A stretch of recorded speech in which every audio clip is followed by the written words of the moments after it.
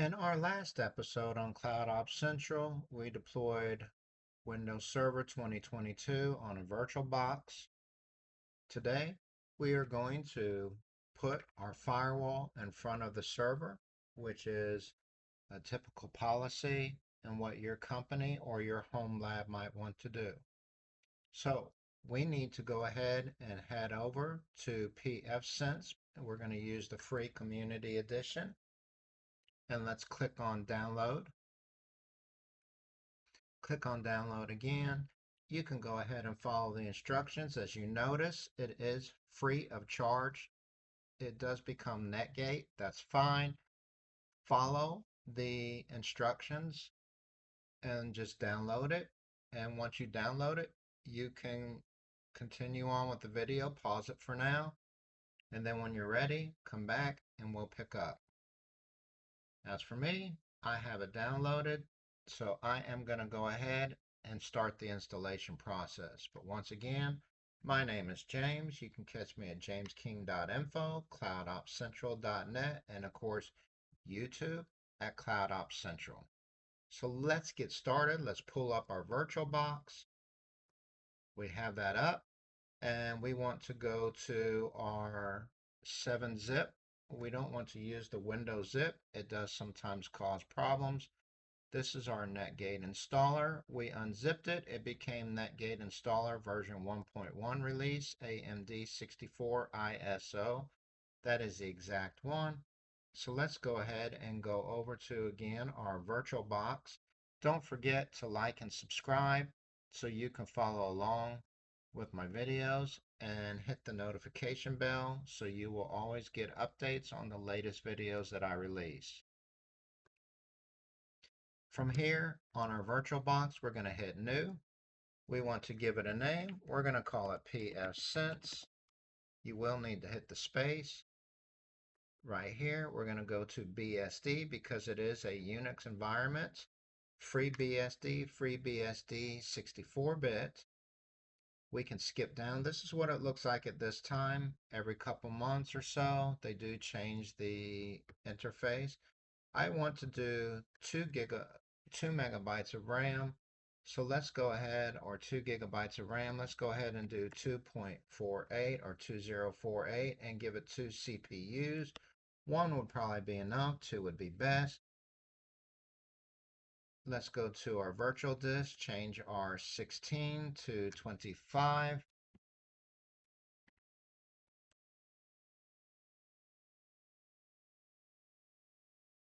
And now we are ready to click on finish. So go ahead and say finish. It says can't overwrite machine folder. I already have it installed, so I will go back and delete it. And then we can click and install. I think I have deleted it, so now we can go ahead and install. It did. Now we're going to want to right click and go to settings. There are a couple things we need to do. We need to first go to our network, leave our first one as NAT. We do need to enable the second one, and we're going to change this to host only adapter. Leave everything else the same. And now we need to go to storage. We need to attach the disk. I already have it in my server file. So let's go ahead and click on Netgate installer. You can also choose a disk file and search for it manually and select OK. And now we are going to start our virtual machine. It does take a while. Once we click on start, it will take a few moments. I will show you what it looks like as it's installing. I am going to pause the video momentarily till it continues. All right, it is installing now. So I again will pause the video until it's installed, and then we will configure it. Okay, it has installed. We are going to configure it now. But before we do, the reason why we select 2 NICs or network interface cards is because we need one coming in from the LAN, the local area network, and one going out to the WAN, our wide area network, or simply put, the internet. So let's go ahead and click on our Oracle VirtualBox screen. If you click inside the box, it will try to do a mouse and keyboard capture. We don't want that. Please select cancel and just use your enter button and say accept. Okay. Okay. And for our WAN, our wide area network, we're going to select EM0. Again, okay. And continue, okay. And then for our LAN, we want to come down to EM1. That is our internal network, and say okay. And okay. It will take a moment. Looks like everything is good. We have our WAN as EM0, our LAN as EM1. Say continue. And it's going to take a while to install it. When it's finished, I will come back. All right, we're at the next stage, and it says your device does not have an active pfSense Plus subscription. That is quite okay. We're going to install the free Community Edition. Click the Enter button.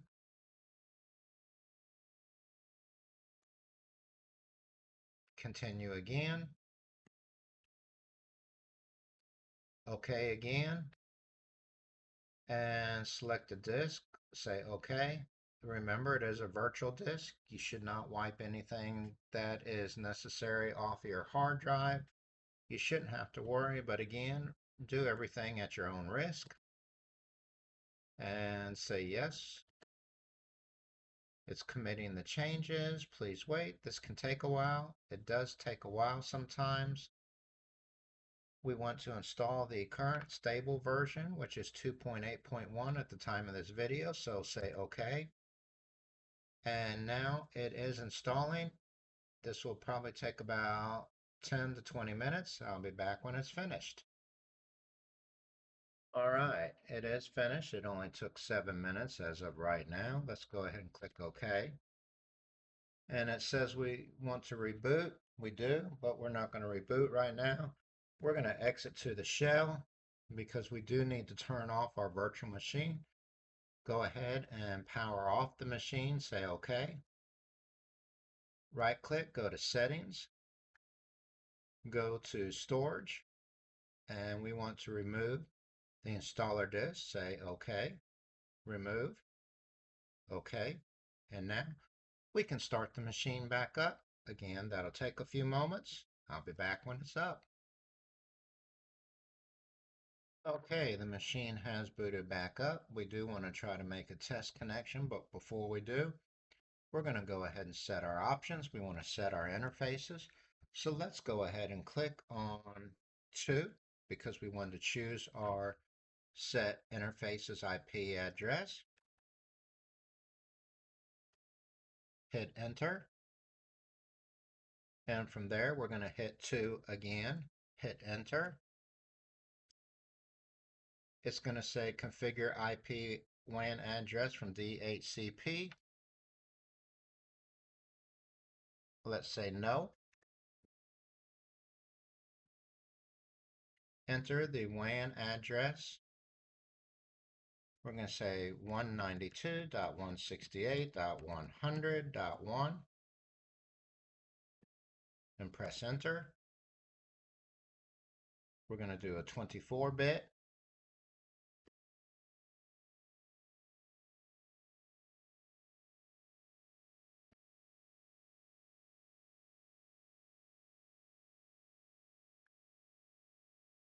We're just going to hit our enter. Again, enter or no. None. And we're going to say no again. And no. And now we want to try to connect to the internet and see if we can connect to it.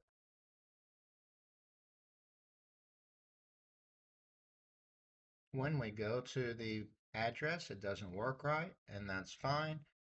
It probably shouldn't, so what we need to do now is we need to hit the WinR. and we need to type in our command so we can open up our Ethernet adapter. We're going to go to Properties. We're going to click on Internet Protocol version 4. We want to change it from 1 to 2 and say OK, OK. Now let's try it again. It might take a moment.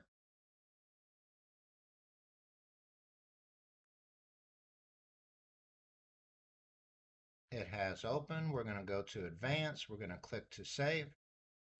And now we can sign into our console, and that's all for right now.